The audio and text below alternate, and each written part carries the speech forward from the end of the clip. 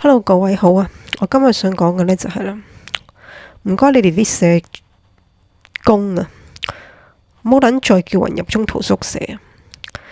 中途宿舍，中撚嘢途宿舍，好撚煩啊！你哋大家如果唔知咩叫中途宿舍呢，就係一個宿舍，一個住宿嘅地方，俾一啲精神病嘅康復者。你哋因為就識得個人入中途宿舍，哎呀，中途宿舍好平咋，1600蚊租咋，1600蚊租咁你咪可以慳翻啲錢，可以儲下錢啊！阿社先生小姐，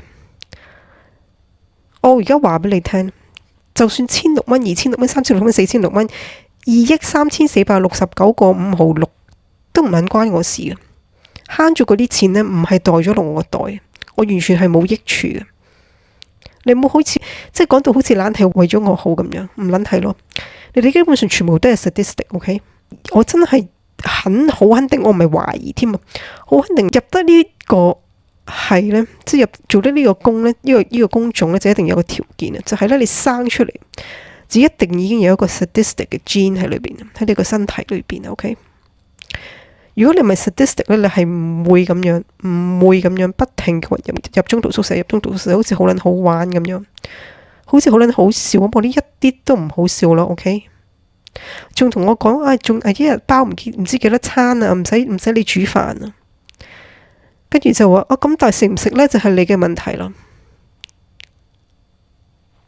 我即係多撚謝晒，包食包住。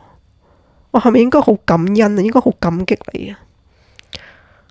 我唔該你，如果係呢，再係為咗呢啲咁嘅中途宿舍問題呢，而嚟揾我，你就冇鳩再嚟揾我啦。OK？你哋基本上呢已經係想推卸責任啦，想快啲 close 咗個病人個 file 佢嘛，將個責任推咗俾中途宿舍嗰邊啊嘛，係嘛？咁你哋就可以好安心咁樣 close 咗我哋個 file 啊嘛，係嘛？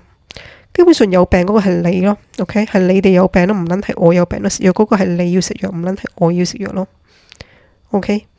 冇撚再喺我面前提中途宿舍呢4個字 ，OK？ 我唔撚係同你講笑，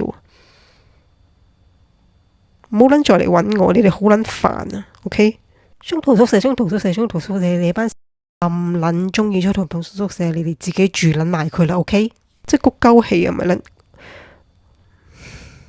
撚識講啊，屌落堂啊！